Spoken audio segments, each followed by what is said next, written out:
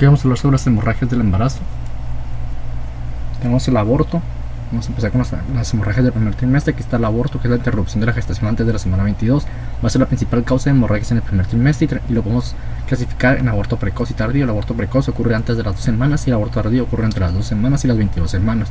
El aborto espontáneo clínico se va a producir en el 10 al 20% de los embarazos. En los factores de riesgo, pues aquí la existencia de aborto o abortos previos va a ser el factor predictivo más importante para un aborto en la gestación, y el riesgo de aborto va a aumentar con la edad de los progenitores, siendo mayor si los progenitores son mayores de 40 años. Entre la etiología, pues tenemos que el aborto se puede ver a causas embrionarias. Aquí las anomalías citogenéticas son la causa más frecuente de aborto espontáneo temprano. El 50-60% de embriones o fetos abortados espontáneamente en las primeras semanas del embarazo van a tener anormalidades cromosómicas. Tenemos aquí pues la trisomía, que es la anomalía más frecuente. Las más habituales van a ser las que afectan a los cromosomas 13, 16, 18, 21 y 22, y la más rara va a ser la trisomía 1. También tenemos la monosomía X o 45X0 o síndrome de Turner, que ocupa el segundo lugar y se asocia a edad materna más joven. También tenemos como etiología causas maternas, que estas suelen ser abortos euploides como las infecciones por TORCH, las enfermedades crónicas graves, endocrinopatías como diabetes mellitus mal controlada o no controlada, hipotiroidismo, deficiencia de progesterona por insuficiencia de cuerpo lúteo, desnutrición grave ya sea por déficit de vitamina A o déficit de ácido fólico, así como ciertas toxicomanías como sería el consumo de tabaco o alcohol, también la exposición a toxinas ambientales como lo es el arsénico o el plomo, y ciertos factores inmunológicos como los anticuerpos antifosfolípidos, que sería el anticoagulante lúpico y anticardiolipina, que se relacionan más que nada con una mayor tasa de abortos. Aquí el tratamiento con heparina y aspirina en dosis bajas va a disminuir la tasa de abortos. También tenemos factores uterinos como lo son los miomas, el síndrome de Asherman, que son X uterinas, malformaciones uterinas, y lo que es la incompetencia cervical, que pues aquí la insuficiencia cervicoísmica es la etiología más frecuente de aborto tardío de repetición. Entre las formas clínicas pues se van a definir mediante la exploración física y el ultrasonido. Tenemos la amenaza de aborto, que es la aparición de metorragia en la primera mitad de una gestación, acompañada o no de dolor hipogástrico discontinuo leve, y esta va a ser muy frecuente, del 20 a 25% de las gestantes o gestaciones. Aborta menos de la mitad y no hay daño fetal en los nacidos tras lo que es una amenaza de aborto. Aquí la etiología exacta del sangrado a menudo no puede ser determinada y es frecuentemente atribuida a lo que es una separación marginal de la placenta. El orificio cervical interno va a permanecer cerrado y por ultrasonido se puede confirmar lo que es la vitalidad embrionaria fetal. En cuanto al aborto en curso, también conocido como inevitable o inminente, aquí va a haber hemorragia vaginal y el dolor van a aumentar como consecuencia de lo que es la dinámica uterina, y el orificio cervical interno se va a encontrar dilatado. En cuanto al aborto consumado completo, pues se va a producir la expulsión total de los restos, generalmente va a corresponder con menos de 15 milímetros de grosor en lo que es el ultrasonido, y el aborto consumado incompleto pues es la expulsión parcial de los productos de la concepción. Aquí el útero no va a estar vacío y la metorragia en ocasiones se va a asociar a lo que es expulsión de restos ovulares y dolor en hipogástrico y hipocólico. También tenemos el aborto diferido o retenido, que es la muerte del útero, en el útero de lo que es el embrión o feto, con una retención de la gestación por un periodo prolongado de tiempo, más de 8 semanas. El ultrasonido va a confirmar el diagnóstico, y los signos que se van a encontrar en lo que es el ultrasonido van a ser ausencia de actividad cardíaca en un embrión con una longitud cefalocaudal mayor a 5 milímetros, ausencia de actividad cardíaca en un embrión con una longitud cefalocaudal mayor a 3.5 milímetros, demostrada por un evaluador experimentado en condiciones óptimas para visualizar el embrión, y lo que es saco gestacional con un diámetro medio mayor a 20 milímetros sin evidencia de polo embrionario, ni lo que es saco vitelino en su interior, que se conoce como huevo güero. La exploración física va a mostrar un útero más pequeño del esperado, con un cervix generalmente cerrado y sin sangrado activo, y puede o no existir lo que es un sangrado vaginal. También tenemos lo que es el huevo muerto retenido, que es la muerte en el útero de lo que es el embrión o feto, con retención de la gestación por un periodo de tiempo menor a 8 semanas. También tenemos lo que es el aborto recurrente, que también se conoce como repetitivo o repetido, iterativo o habitual. Estos van a ser 3 o más abortos espontáneos. Algunos consideran que a partir de 2 abortos ya se considera un aborto recurrente. Solo se llega al diagnóstico etiológico en el 50% de los casos y se tienen que evaluar anomalías cromosómicas. Aquí pues el estudio citogenético del producto va a permitir descartar aneuploidías, que son la causa más frecuente de aborto del primer trimestre. En caso de que se vuelva a diagnosticar una gestación no evolutiva, es aconsejable pues programar una biopsia corial tras el diagnóstico para conseguir una muestra de lo que es el tejido ovular apropiado. También tenemos que evaluar el síndrome antifosfolípido, que es la principal causa tratable de lo que es un aborto recurrente. Los anticuerpos aquí van a intervenir en la coagulación y se va a caracterizar por la presencia de anticuerpos antifosfolípidos circulantes como el anticoagulante lúpico, anticardiolipina y antibeta 2 glicoproteína 1. Deben ser positivos en 2 determinaciones separadas por mínimo 12 semanas. Aquí pues el síndrome de antifosfolípidos primarios requiere lo que es la presencia de al menos un criterio clínico y un criterio analítico. Entre los criterios clínicos tenemos una o más trombosis vasculares, complicaciones arteriales, que pueden ser 1 o más abortos iguales o mayores a 10 semanas, uno o más abortos pretérmino menores de 34 semanas, por preeclampsia severa, o 3 o más abortos consecutivos menores de 10 semanas. Y entre los criterios analíticos pues serían la presencia de anticuerpos antifosfolípidos positivos. Aquí pues debe evitarse la clasificación como síndrome antifosfolípidos primario si lo que es el episodio, si el periodo o el periodo entre lo que es el episodio clínico y la determinación positiva de los anticuerpos antifosfolípidos ha transcurrido menos de lo que son 12 semanas o más de 5 años. Si están estos tanto criterios clínicos como analíticos y ha transcurrido menos de 2 semanas o más de 5 años, se debe evitar clasificarlo como un síndrome de antifosfolípidos. También tenemos alteraciones anatómicas del útero, pues aquí el útero septo y el subsepto es la malformación congénita más frecuente asociada a aborto recurrente. No haber evidencia suficiente en cuanto a la resección, o no hay evidencia suficiente en cuanto a la recepción de lo que es el septo uterino en los pacientes con aborto recurrente y lo que es la reducción del riesgo de aborto. Sin embargo, hay quienes aconsejan pues quitarlo. Aquí pues la histeroscopía, el ultrasonido y lo que es la sonohisterografía son pruebas para valorar la cavidad uterina. Casualmente se puede recurrir a una resonancia magnética o a la paroscopía. También tenemos factores, pues tiene que evaluar factores endócrinos y metabólicos. Aquí en las mujeres con historia previa de abortos o aborto pretérmino se aconseja valorar el nivel de TSH antes de un nuevo embarazo y tratar con dosis de T4. En hacer dosis bajas de T4 si el valor de TSH es mayor a 2.5 miliunidades por litro. A su vez, la pérdida de peso también va a mejorar el pronóstico reproductivo en los pacientes obesos y debe considerarse un tratamiento de primera línea. También se tiene que considerar pruebas básicas en el diagnóstico de aborto recurrente, pues algunas de las que ya se mencionó, lo que es un cariotipo de la pareja, medir lo que son los anticuerpos antifosfolípidos, estudio de cavidad uterina con histerosalpingografía, histeroscopía, ultrasonido o resonancia, determinación de TSH, el estudio de trombofilias congénitas en aborto de segundo trimestre.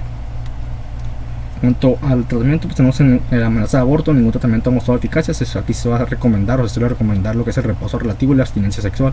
En cuanto al aborto, pues se puede optar por tratamiento quirúrgico o lo que es tratamiento farmacológico. El tratamiento quirúrgico pues va a consistir en legrado por aspiración bajo anestesia general. Se debe ofrecer lo que es la evacuación quirúrgica en mujeres que prefieran esta opción o que presenten lo que es hemorragia intensa y persistente, inestabilidad hemodinámica, evidencia de tejidos retenidos infectados o sospecha de enfermedad troflásica gestacional. En cuanto a los fármacos, pues consisten en misoprostol por vía vaginal. Es el método de elección si la mujer desea evitar lo que es el tratamiento quirúrgico y está indicado en aborto incompleto con restos mayores de 15 milímetros, aborto diferido con un embrión con longitud cefalocaudal menor a 30 milímetros y gestación anembrionada. Cabe destacar pues que no estoy recomendando esto, ¿verdad? Acá, obviamente pues si van a consumir fármacos tiene que ser con la evaluación de un médico, ¿no? En aborto recurrente, pues en pacientes con síndrome antifosfolípido está indicado el tratamiento con aspirina y heparina. El uso de progesterona en pacientes con 3 o más abortos de causa inexplicada puede ser eficaz. Y la modificación del estilo de vida, evitando tabaco, alcohol y estrés, se va a aconsejar. No hay evidencia suficiente en cuanto a lo que es la resección de lo que es el septo uterino y la reducción del riesgo de aborto recurrente, como ya lo mencioné. Y bueno, aquí no se muestran las indicaciones de tratamiento en lo que es la amenaza de aborto, pues lo que ya se comentó, reposo relativo, abstinencia sexual, el aborto completo. Pues se puede dar de alta, se valora si persiste el sangrado, el aborto incompleto o aborto diferido, pues legrado si el sangrado es importante o hay deseo de la paciente, y prostaglandinas si hay deseo de la paciente con un control en una semana. Aquí pues el misoprostol está contraindicado en pacientes con glaucoma y asma y se tiene que dar profilaxis de la inmunización anti-D si la gestante es RH negativo. Se va a administrar pues la inmunoglobulina anti-D. Aquí pues en Baja California es importante mencionar que el aborto es legal solo por 4 causas, lo que es violación, riesgo para la vida de la madre, inseminación artificial o consentida y lo que es el aborto imprudencial. Otras complicaciones pues son la convulsión intravascular diseminada con lo que es el fracaso renal, aborto séptico, para que se debe realizar lo que es un legrado inmediato y de alimento antibiótico de amplio espectro contra aerobios o anaerobios, lo que es el síndrome de Asherman, que son las señales uterinas por legrado, la perforación uterina durante lo que es el legrado. Aquí si hay estabilidad hemodinámica se puede intentar lo que es un tratamiento conservador, pero si aparecen signos de gravedad o inestabilidad hemodinámica en la paciente se tiene que realizar cirugía para resolverla. En aborto séptico pues la demostración de Clostridium es indicación para realizar histerectomía. También tengo lo que es el embarazo ectópico, que es aquel que está implantado fuera de la cavidad endometrial, es la primera causa de muerte materna durante el primer trimestre. Aquí pues la frecuencia va a ser del 1 al 2%, hay un incremento en los últimos años, aunque ha ido disminuyendo su mortalidad. La coexistencia de embarazo ectópico y eutópico es excepcional, es de 1 a 30.000 casos y se llama lo que es embarazo heterotópico. Se puede pensar o sospechar un embarazo heterotópico en caso de que que haya concepción por reproducción asistida, concentración de lo que es la gonadotropina coriónica humana persistente o fondo uterino más grande que en fechas menstruales, ausencia de lo que es hemorragia vaginal y datos ecográficos que nos hagan pues pensar en este. La gran mayoría de embarazos ectópicos carecen de embrión o feto. Aquella localización, pues más del 90% de los embarazos ectópicos se van a localizar en la trompa, y de estos el 80% va a estar en la porción ampular. Otras localizaciones de lo que es pues en la trompa, otras localizaciones tubáricas van a ser el istmo 13%, el infundíbulo 5%, e intramural o intersticial 2%. De las formas no tubáricas tenemos el embarazo cervical 0.1%, el ovárico 0.5%, abdominal 1.3%, cornual 3% e intraligamentario 0.1%. En cuanto a la etiología o factores de riesgo asociados a embarazo ectópico, tenemos los antecedentes de EPI, que es la causa más frecuente, los antecedentes de embarazo ectópico, que el riesgo de repeticiones de 12 al 18%, las técnicas de reproducción asistida, ya que inducen ovulación, a cirugía pélvica o tubárica previa, como es el caso de la esterilización, ya sea por coagulación tubárica de laparoscópica. Lo que es el DIU, aquí pues disminuye radicalmente los embarazos intrauterinos y levemente los extrauterinos, por lo tanto los segundos aumentan relativamente. Aquí tenemos también lo que es la historia de infertilidad o esterilidad, sea por posible obstrucción tubárica, endometriosis, lo que es pues el consumo de tabaco, las anomalías cromosómicas intrínsecas del cigoto y lo que es la exposición al dietilestilbestrol. En cuanto a la clínica, pues es inespecífica, no hay ningún signo ni síntoma patognomónico, puede presentarse amenorrea, dolor y ometorragia, y en general pues el dolor pélvico va a resultar de distensión peritoneal sobre lo que es la trompa, junto con signos de gestación incipiente, como lo es una amenorrea de 6 a 8 semanas, un útero menor que amenorreas, siendo frecuente pues un escaso sangrado vaginal oscuro e intermitente. En la exploración física, pues la palpación abdominal y pélvica puede resultar dolorosa y palparse una masa pélvica, la mayoría de las veces va a ser debida o va a deberse a un cuerpo lúteo ovárico, dado que lo que es el embarazo ectópico suele ser demasiado pequeño para poder ser palpado. Si el embarazo ectópico se accidenta, o sea, si hay una rotura tubárica, pues el dolor puede extenderse a todo lo que es el hemiabdomen inferior, y si el hemoperitoneo es importante, puede aparecer omalgia, que sería el dolor en un hombro, signos de irritación peritoneal simulando un abdomen agudo, y lo que es choque hipovolémico. La rotura casi siempre es espontánea, y si se rompe durante las primeras semanas, lo más frecuente es que sea un embarazo ectópico en el istmo. En el 10% de casos puede haber resolución espontánea del embarazo ectópico mediante su aborto tubárico a lo que es la cavidad abdominal. En cuanto al diagnóstico, tenemos la ecografía transvaginal, que es el primer paso para realizar el diagnóstico. Aquí la presencia de sacro gestacional en la trompa con embrión y latido cardíaco da un diagnóstico de seguridad, lo que puede suceder hasta en el 5% de los casos. En cuanto a la fracción beta de gonadotropina coriónica humana seriada en plasma, pues estos valores se van a duplicar cada 48 horas en una gestación intrauterina que sea viable en las primeras semanas del embarazo normal. Si los incrementos de esta molécula en plasma son menores al 50% cada 48 horas, pues se debe de sospechar o se puede pensar en una gestación extrauterina. En los abortos, pues la tasa también va a ir disminuyendo progresivamente. El diagnóstico pues se confirma con la laparoscopía y lo que es anatomía patológica, por lo que se practicará en caso de duda diagnóstica. La punción del foco del saco de Douglas, que es la culdocentesis, aunque es útil, se ha abandonado por otras técnicas. La clásica demostración de lo que es decidua y de ausencia de vellosidades corioles, que se conoce como signo de Aries Stella, no se considera patognomónica, pero sí altamente sospechosa. Bueno, el tratamiento, pues tenemos la conducta expectante, que es posible cuando el embarazo ectópico se diagnostica con prontitud en pacientes con buen estado general y clínicamente estables. Va a existir riesgo de agravamiento, por lo que se deben imponer los siguientes criterios antes de esta conducta, lo que es una cifra de la fracción beta de gonadotropina coriónica humana menor a 1000 unidades por litro y en descenso, lo que es localización tubárica, que no haya evidencia de hemorragia intraabdominal o rotura tubárica y un diámetro del embarazo reducido menor a 4 centímetros. Se debe dar un tratamiento distinto en el caso de que las cifras de la fracción beta de gonadotropina coriónica humana aumenten o se mantengan en meseta.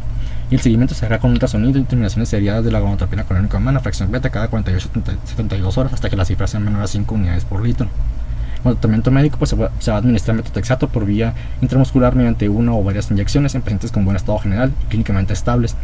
Esta es un antagonista del ácido fólico que interfiere en la síntesis de ADN y la multiplicación celular. Aquí el trofoblasta, por su rápida proliferación, pues es un tejido especialmente vulnerable. El tratamiento va a consistir en una inyección de 50 miligramos por metro cuadrado y en el primer día de tratamiento, y se va a realizar una segunda inyección con la misma dosis en el séptimo día si lo que es la fracción beta de gonadotropina coriónica humana no disminuye más del 15% entre los días 4 y 7. Y ahí pues muestro una imagen donde está las pautas de tratamiento médico con metotrexato. La dosis única pues va a tener en xenón, unos 50 miligramos intramusculares. Se realizan controles de lo que es la fracción beta de gonadotropina coriónica humana. En el día 1 se da la primera dosis y luego se determinan lo que son las mediciones en el día 4 y 7. y si y se va a realizar una segunda inyección en el séptimo día si esta gonadotropina crónica no disminuye más del 15% entre los días 4 y 7.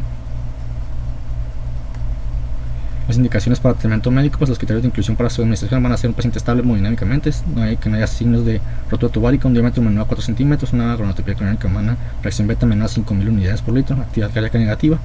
Y lo que son contraindicaciones, pues un mal estado general, que haya dolor o lo que es un estado hemodinámicamente inestable, hemoperitoneo ecográficamente significativo, antecedente de embarazo ectópico homolateral con tratamiento conservador previo, lo que es un embarazo heterotópico, y contraindicaciones para metotrexato como leucopenia, anemia, plaquetopenia, elevación de enzimas hepáticas, elevación de creatinina, una úlcera péptica activa, lactancia materna y lo que es rechazo a una eventual transfusión sanguínea. También tenemos el tratamiento quirúrgico, que aquí se utiliza cuando no se cumplen los criterios para tratamiento médico. Se realiza lo que es la laparoscopía para el diagnóstico de embarazo ectópico y la rotura o sospecha de rotura de embarazo ectópico. La vía laparoscópica es preferible a la laparotomía por su menor morbilidad, mayor rapidez para recuperarse y menor tasa de embarazo ectópico posterior. El tratamiento quirúrgico de elección es la salpingectomía por vía laparoscópica, y se va a reservar la vía laparotómica para pacientes en las que no se pueda realizar la laparoscopía o que estén hemodinámicamente inestables. Aquí las indicaciones va a ser un diámetro mayor a 4 centímetros, presencia de hemoperitoneo ecográficamente significativo, contraindicación para metotrexato, cuando la paciente no desea tratamiento conservador, fracaso el tratamiento médico, un embarazo heterotópico con uno de los sacos en lo que es la trompa, o antecedente de embarazo ectópico homolateral tratado de manera conservadora, así como dificultad de seguimiento posterior de la paciente. En todas las mujeres no sensibilizadas con RH negativo, con un embarazo ectópico sospechado o confirmado, deben recibir lo que es inmunoglobulina anti-D. Y pues sería todo de por este video, y después vamos a continuar con las demás hemorragias del primer trimestre y las hemorragias del tercer trimestre.